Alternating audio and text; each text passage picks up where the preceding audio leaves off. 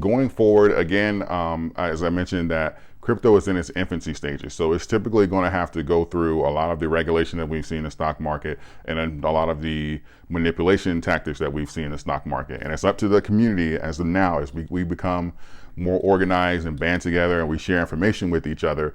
It's up to us to kind of make sure that we don't see a repeat, because if we're not careful, they will build the crypto market and model it exactly like the stock market.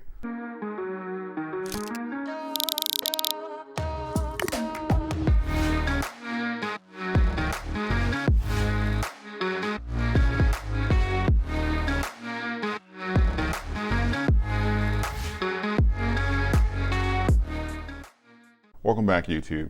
So I've been getting a lot of questions this morning, and I wanted to address why we see Bitcoin seeming to have a mind of its own and trending like against or the opposite direction of other cryptos.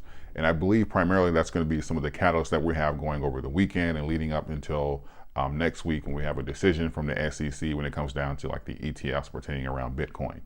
So I'm going to go over exactly what an ETF is and kind of like some of the differences, because they can be kind of structured a little differently.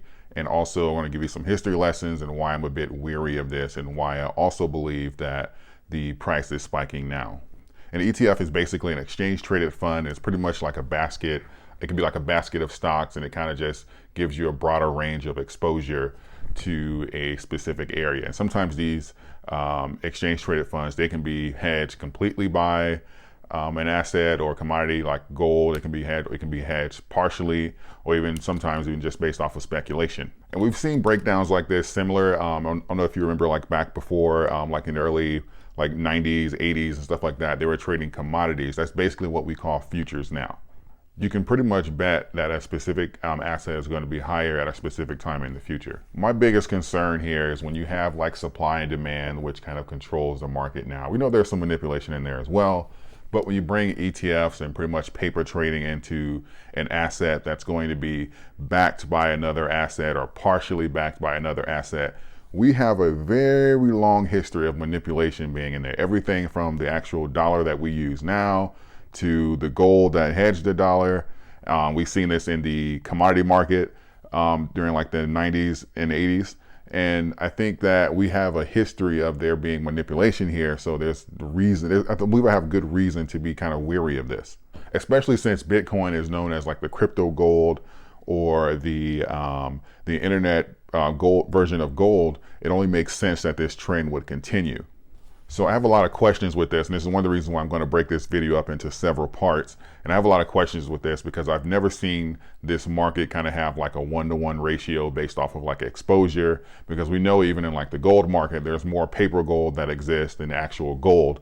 And it kind of used like a fractional reserve banking system, like, oh, for every 1 ounce of gold, we can paper trade 4. Like, what's the actual like ratio? Because it's, I mean, like, what are the odds that they're all going to redeem it at the same time? And we can just take in as much money as possible. And we see this as the same thing that's going on with like the banks. Oh yeah, we get this money right here. We can loan it out 10 times and just limit the amount of money that they can take out, and we'll never get caught. And we see this continuously every time that we have like an asset that comes up and not necessarily threatens the dollar, but when you have these assets that gain popularity and people want to trade in, we see these strategic types of regulation that kind of, I don't want to say takes control, but it kind of removes the control of just supply and demand from the people and kind of gives it like an edge to whoever is holding these funds. Because even if you have a fund, and let's say there's 5 million shares of this fund, or 5 million ounces of gold, 5 million Bitcoins, and this fund is allowed to trade 15 million or 3-to-1, like they have control over the price. And if they want it to go up, it will. If they want it to go down, it will. And I was having this discussion even in my Discord, and I don't believe like this can possibly be some good that come out of this. And maybe this is going to be different from all the other times before. But based off of history, this has a 100% chance of leading to some form of manipulation. Whenever you don't let pure supply and demand control the prices of the stock or a crypto, you're asking typically for some form of manipulation. We're even seeing this now, typically with stocks like AMC. Hey, how come you can short over 100% of the available stocks? Like, so it's like, oh my God, we own the float. Yeah, I'm investing in AMC as well, but you say, oh my God, we own the float. But yeah, they have your shares 3-1. So if they want the stock to go down, it will. If they want it to go up, it will. And when you have these type of manipulation, there needs to be strategic boundaries in there that prevent these types of things from happening, especially when you say, we're going to hold this, or we're going to hedge these ETFs with Bitcoin, or whatever the case may be. What are the limitations on this? Is it at your will? Are you going to be able to change it? Are we allowed to see these? Or like, are we allowed to see in real time how many you own? Like, these are all the questions that I have, and I believe that the leading, if Gary Gensler is serious about making these the market more having more transparency, then these are some of the things that we're going to be able to need to see, especially not even just in crypto. I believe we need to see what's going on as far as with the ETFs in the general market. We've never had an audit on like the gold reserves. We don't know what's exactly in Fort Knox. We can't audit the government on how much gold they say they have. They put it out on paper, and we take it as their word, and we trade it.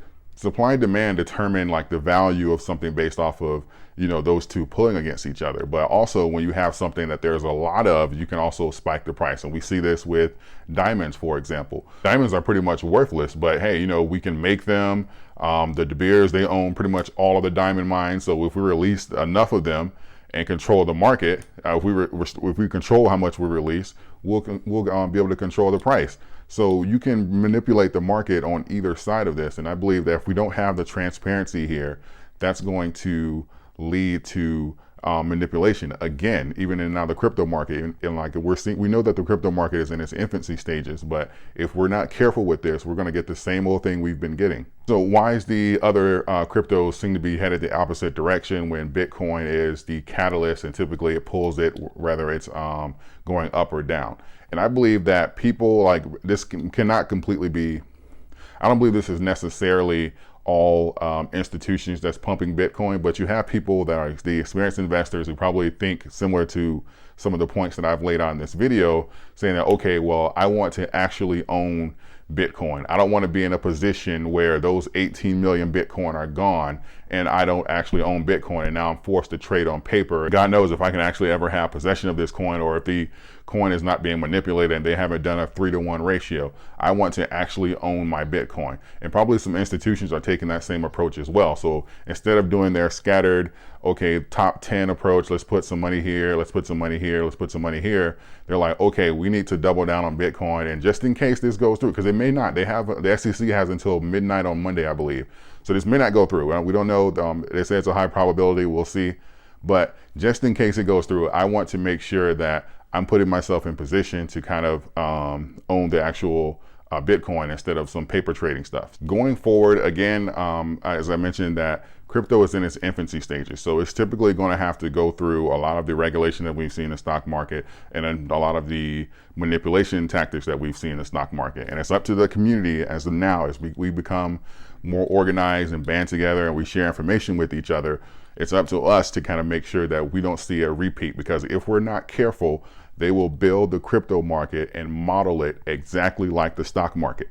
And for everyone that's invested in these stocks that, myself included, that have been shorted to oblivion, and you're taking out several 100% of the float, if we're not careful, we're going to see the same type of tactics over here. Again, this could birth something different. I don't know, but from what I've seen, I haven't seen a 1-to-1 derivative yet.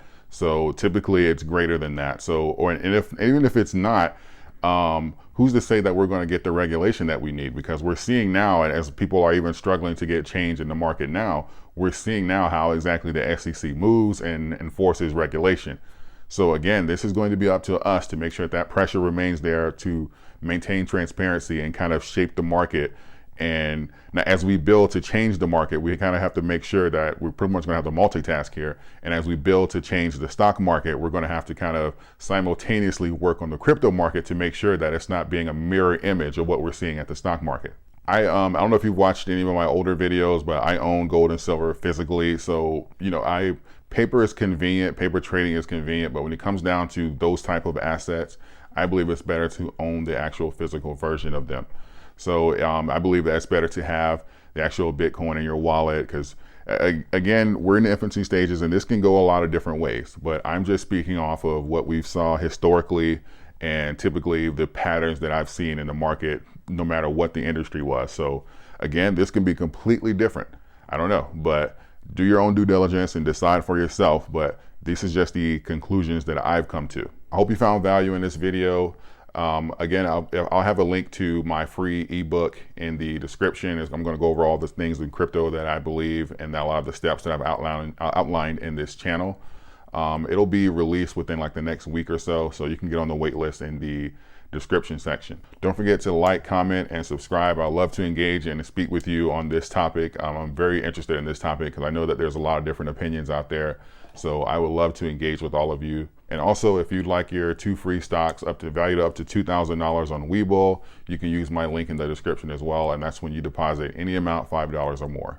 I appreciate all of you. Thank you. And until next time.